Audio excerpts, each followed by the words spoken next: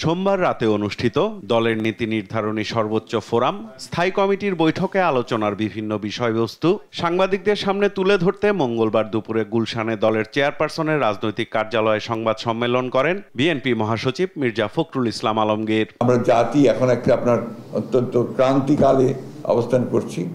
এখন এর থেকে এই গণতন্ত্রের উত্তরণের যে পথটা, এই পথটাকে আমরা কোনো মতেই যেন আপনার এটাকে খুব বেশি বাধাগ্রস্ত না করি, সেই আহ্বানটা আমাদের সকলের প্রতি থাকছে।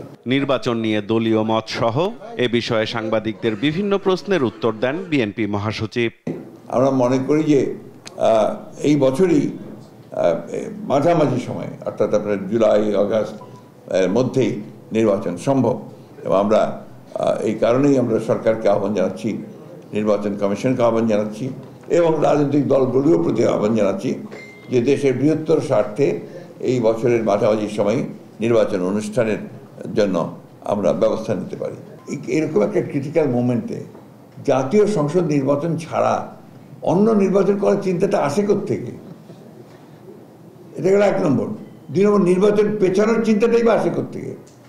পতিত সরকারের মানবতা বিরোধী অপরাধের বিচার প্রক্রিয়া ভবিষ্যতে নির্বাচিত সরকার বিলম্বিত করতে পারে এমন শঙ্কাও উড়িয়ে দেন মির্জা ফখরুল ইসলাম আলমগীর। আমাদের উপরে যে ফ্যাসিস্ট অত্যাচার নির্যাতন আর কার উপর হয়েছে?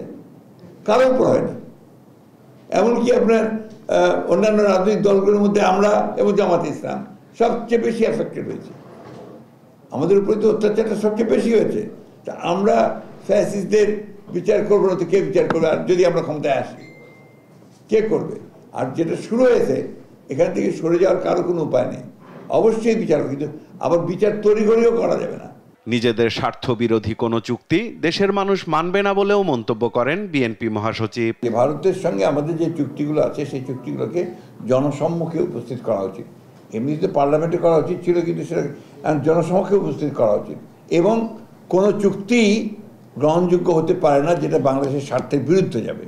লন্ডনে চিকিৎসারত দলের চেয়ারপারসন খালেদা জিয়ার মানসিক ও শারীরিক অবস্থা আগের চেয়ে ভালো আছে বলেও জানান মির্জা ফখরুল ইসলাম আলমগীর। উনি মানসিক দিক দিয়ে, শারীরিক দিক দিয়ে আলহামদুলিল্লাহ আগের চেয়ে অনেক বেটার।